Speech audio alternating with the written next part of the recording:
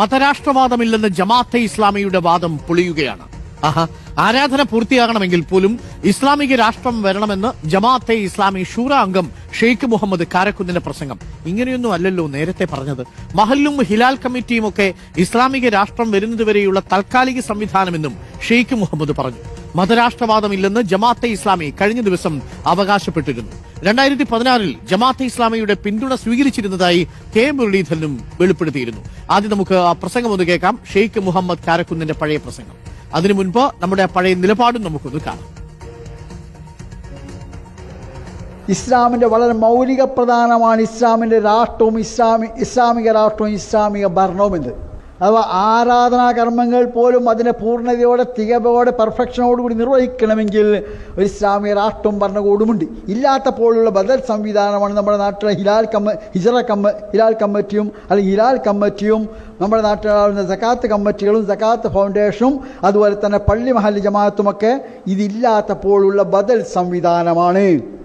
അതുകൊണ്ടാണ് എപ്പോഴാ സക്കാത്തിനൊപ്പം ആക്കിയത്? ഇസ്ലാമിക രാഷ്ട്രം സ്ഥാപിതമായ ശേഷം. എപ്പോഴാണ് ജുമ ഉണ്ടായത്? ഹിജറയ്ക്ക് പ്രവാചകൻ സ്വല്ലല്ലാഹു ശേഷം ഹിജറയോട് സ്വന്തമായി കാര്യങ്ങൾ നിയന്ത്രിക്കാൻ സ്വാതന്ത്ര്യം കിട്ടിയ ശേഷം. എവിടെ വെച്ചാ നോമ്പ് നിർബന്ധമാക്കപ്പെട്ട്? എവിടെ വെച്ചാ ഹജ്ജ് നിർബന്ധമാക്കപ്പെട്ടത്? എല്ലാം ഇസ്ലാമിക രാഷ്ട്രവും ഭരണകൂടവും ഉണ്ടായ ശേഷമാണ്. അനിസ്ലാമിക വ്യവസ്ഥ അല്ലെങ്കിൽ ദൈവേതര വ്യവസ്ഥ അല്ലെങ്കിൽ ജാഹിലിയ വ്യവസ്ഥ അല്ലെങ്കിൽ താവൂത്ത് വ്യവസ്ഥ എന്ത് പറഞ്ഞാലും വേണ്ടില്ല, അള്ളാഹുവിന്റെ വ്യവസ്ഥ അല്ലാത്ത വ്യവസ്ഥ. ആ വ്യവസ്ഥ സ്ഥാപിക്കാനോ നിലനിർത്താനോ ഉദ്ദേശിച്ചോ ലക്ഷ്യം വെച്ചോ ഇലക്ഷനിൽ പങ്കെടുക്കുന്നതും വോട്ട് രേഖപ്പെടുത്തുന്നതും ശിർക്കാണ്, തൗഹീദിനെതിരാണ്, അനിസ്ലാമികമാണ്. ഇന്നലെയാണ്, ഇന്നാണ്, നാളെയാണ്, മറ്റന്നാളുമാണ്, ഖിയാമത്ത് നാൾ വരെയാണ്, മാറൂല. സ്ഥാപിക്കാനോ നിലനിർത്താനോ ഉദ്ദേശിച്ചോ ലക്ഷ്യം വെച്ചോ ഇലക്ഷനിൽ പങ്കെടുക്കുന്നതും വോട്ട് രേഖപ്പെടുത്തുന്നതും തൗഹീദിനെതിരാണ്, അനനുവദനീയമാണ്, നിഷിദ്ധമാണ്, പാടില്ലാത്തതാണ്. വി എസ് രഞ്ജിത്ത് നമുക്കൊപ്പം ചേരുന്നുണ്ട്. V S Ranjith, good morning. V S Ranjith, ഈ അമീറുമായിട്ട് സംസാരിക്കുമ്പോൾ പറഞ്ഞത് ഇങ്ങനെയൊന്നും അല്ലല്ലോ. ജമാഅത്തെ മതരാഷ്ട്രവാദത്തെ പിന്തുണയ്ക്കുന്നില്ല, മൗദൂദി ആശയങ്ങൾ പിൻപറ്റുന്നില്ല, അങ്ങനെ എന്തൊക്കെ കാര്യങ്ങളായിരുന്നു. പക്ഷെ ഇപ്പോൾ ഷൂറ അംഗം തന്നെ ഇക്കാര്യങ്ങളൊക്കെ പൊളിച്ചടുക്കിയിട്ടുണ്ട്. മതരാഷ്ട്രം വരണം, മതരാഷ്ട്രം വന്നാലേ ആരാധനകളൊക്കെ പൂർണ്ണമാവുകയുള്ളൂ, ബാക്കിയെല്ലാം ശിർക്കത്താണ് എന്നൊക്കെയാണ് പറയുന്നത്, അല്ലേ വി എസ് രഞ്ജിത്ത്? ഈ അഭിപ്രായങ്ങളിൽ വ്യത്യാസമുണ്ട്, വൈരുദ്ധ്യമുണ്ട് എന്നുള്ളത് വ്യക്തമാവുകയല്ലേ വി എസ് രഞ്ജിത്ത്? ഡോക്ടർ, 2019 അന്നത്തെ അമീറായിട്ടുള്ള ആരിഫ് അലി ഇവരുടെ ഭരണഘടന തിരുത്തിയെന്നും മതരാഷ്ട്രവാദം ഉപേക്ഷിച്ചുവെന്നും ഒക്കെ പറയുന്നത്. അതിനുശേഷമാണ് UDF-ഉമായിട്ടൊക്കെ പലതരത്തിലുള്ള സഹകരണങ്ങൾ ഉണ്ടായിട്ടുള്ളത്. കെ മുരളീധരൻ ഉൾപ്പെടെ തുറന്നു പറയുന്നു 2016 തിരഞ്ഞെടുപ്പിൽ എനിക്ക് പിന്തുണ കിട്ടിയിട്ടുണ്ട് എന്നുള്ള കാര്യത്തിൽ. അത് ആ പിന്തുണ സ്വീകരിക്കുന്നതും മുസ്ലിം കോർഡിനേഷൻ കമ്മിറ്റിയിൽ ജമാഅത്തെ ഇസ്ലാമിയെ ഉൾപ്പെടുത്തുന്നതുമെല്ലാം ഇവർ മതരാഷ്ട്രവാദം ഉപേക്ഷിച്ചു എന്ന് 2019 പറയുന്നതിന്റെ അടിസ്ഥാനത്തിലാണ്.